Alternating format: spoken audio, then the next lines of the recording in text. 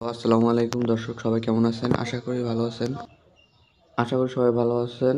আমি আবার একটা ওষুধ নিয়ে চলে আসলাম রিভিউ করতে। সেটা হচ্ছে, দেখতে পাচ্ছেন, ডোমিরের নাম, সিস্টেম সাসপেনশন। এটা রেন্টা কোম্পানি বাজারজাত করতেছে।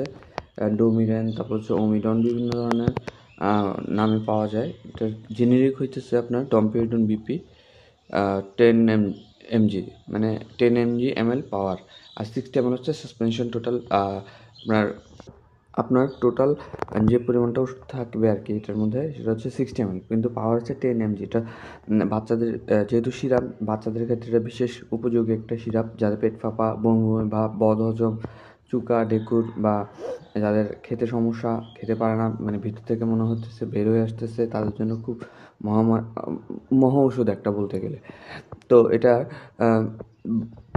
নিয়মাবলী হচ্ছে খাওয়ার আগে, যাদের বমি বমি ভাব তারা খাওয়ার আগে খাবে। আর যারা একটু খাওয়ার পরে, যাদের একটু চুকা ঢেক আসে বা ঢেকুর আসে, তাদের খাওয়ার পরে।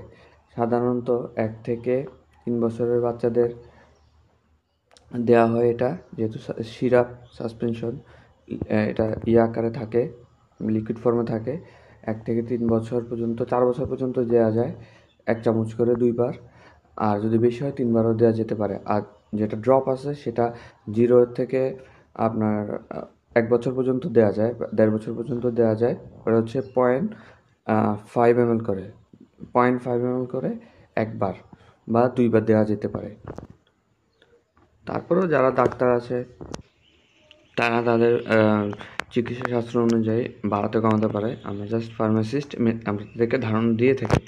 তো আজকের ভিডিও এ পর্যন্ত, দেখা হচ্ছে নতুন ভিডিওতে। সে পর্যন্ত সবাই ভালো থাকুন, সুস্থ থাকুন। আল্লাহ হাফেজ।